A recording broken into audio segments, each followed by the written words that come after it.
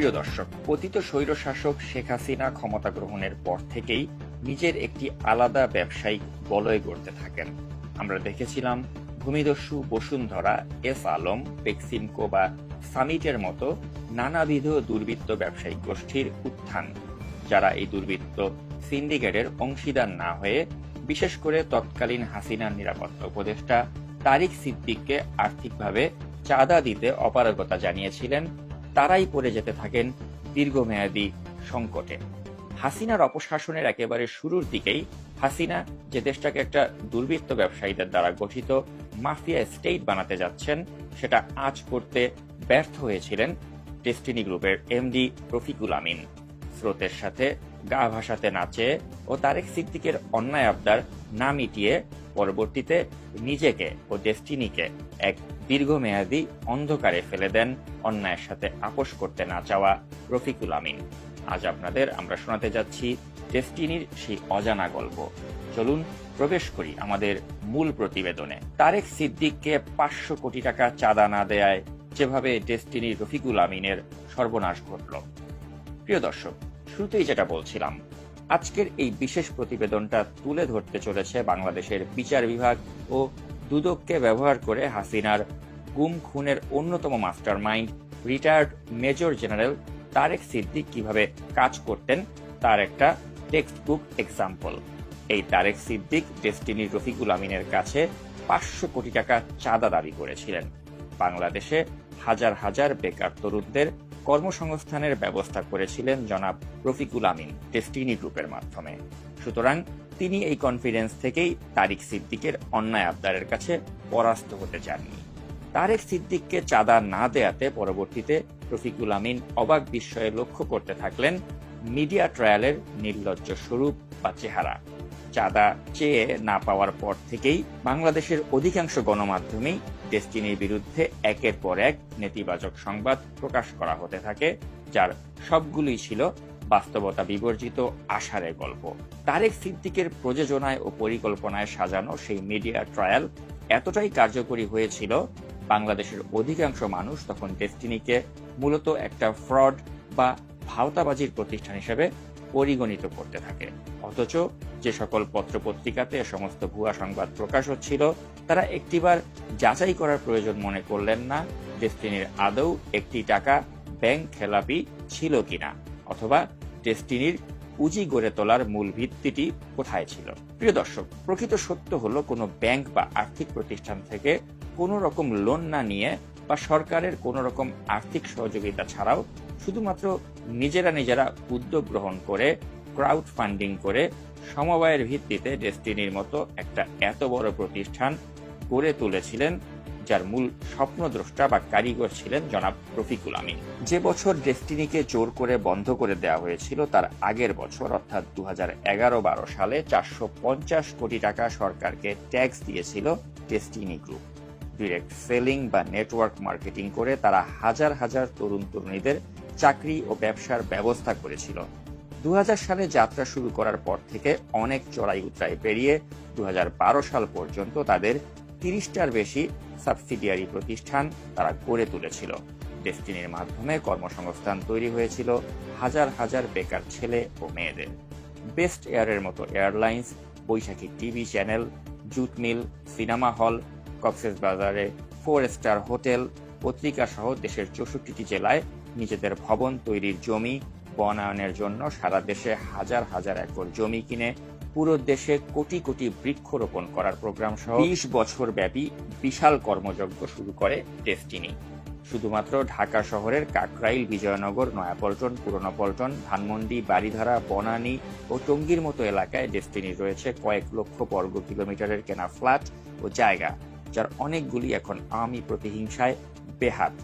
IFIC ব্যাংকের পাশের একটি জমি ডেস্টিনির মালিকানাধীন ছিল, যা দরবেশ খ্যাত সালমান এফ রহমান সুযোগ পেয়ে দখল করে সেখানে তার ব্যাংকের সাইনবোর্ড ঝুলিয়ে দিয়েছেন তিনি। ডেস্টিনি গ্রুপের জমি, ফ্ল্যাট ও অন্যান্য সকল সম্পত্তির আনুমানিক বাজার মূল্য প্রায় 6 থেকে 7 হাজার কোটি টাকা।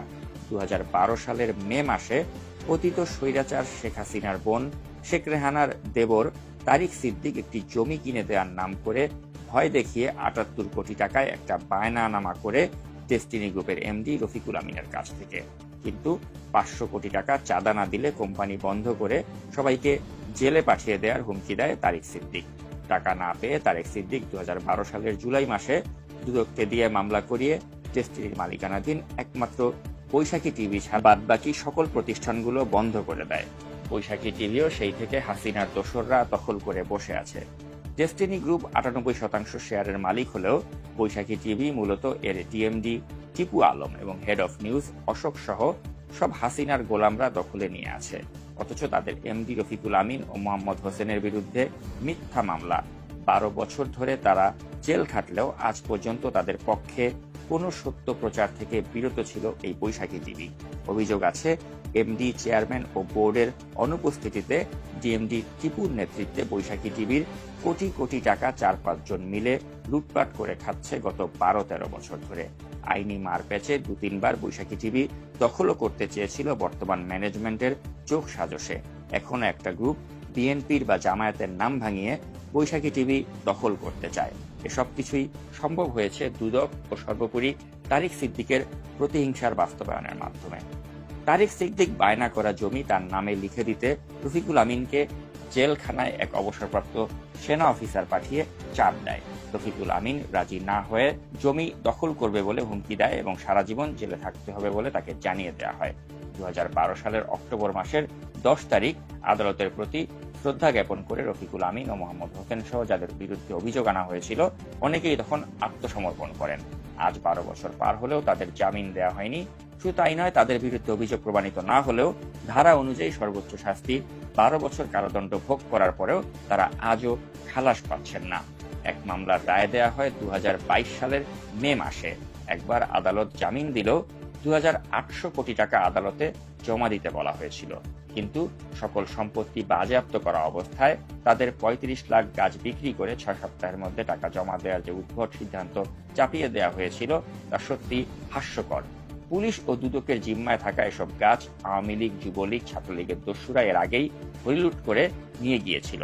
তারেক সিদ্দিকের নির্দেশনায় আদালত ও দুদকের এসব তুঘলকি ও ভয়াবহ অপকর্মের ফলে একদিকে যেমন তাদের জামিন মেলেনি, অন্যদিকে তাদের কোম্পানির হাজার হাজার কোটি টাকার স্থাবর ও অস্থাবর সম্পত্তি ও সম্পদ লুট ও বেদখল অবস্থায় পরিত্যক্ত হয়ে ধ্বংসের পথে।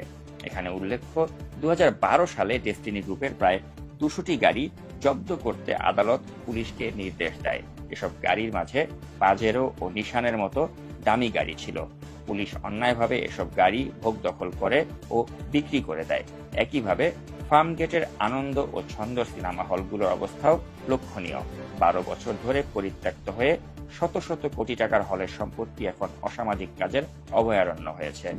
বারিধারায় আমেরিকান সেন্টার সংলগ্ন নিজস্ব কেনা বাড়ি পুলিশ ও আনসার দখল করে ভাড়া দিয়ে খাচ্ছে। পল্টন এলাকায় লাখ লাখ বর্গফুটের ফ্ল্যাটগুলো রক্ষণাবেক্ষণের অভাবে ধ্বংস হয়ে যাচ্ছে। এরকম 6-7 হাজার কোটি টাকার সম্পত্তি হয় ধ্বংস অথবা বেদখল হয়ে গেছে।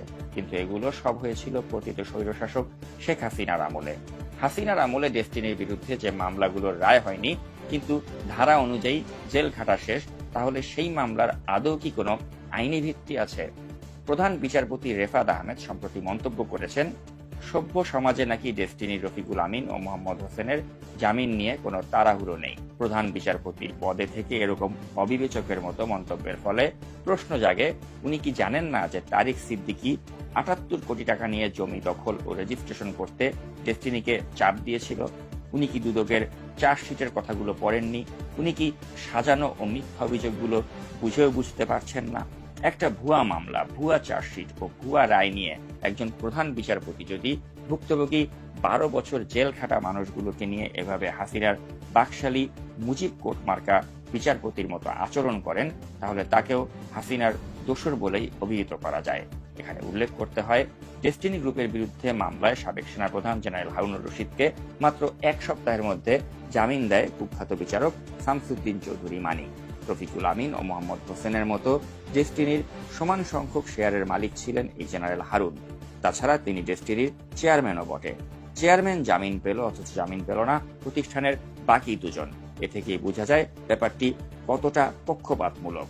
জেনারেল হারুনের জন্য এক আইন, অন্যদের জন্য আরেক আইন কেন? হাসিনার পতনের পরও কেন এই বৈষম্যমূলক আইন কার্যকর থাকবে? প্রিয় দর্শক, হাজার হাজার মানুষের কর্মসংস্থান ও হাজার কোটি টাকার সম্পত্তি রক্ষা করতে রফিকুল আমিন ও মোহাম্মদ হোসেন সহ সকল ভুয়া মামলার আসামিদের অবিলম্বে মুক্তি দাবি করছি এবং এই ভুয়া মামলার জন্য দুদকের সংশ্লিষ্ট সব আর্মি অফিসারদের তদন্ত করে বিচারের মুখোমুখি করার দাবি জানিয়ে শেষ করছি আজকের এই প্রতিবেদন।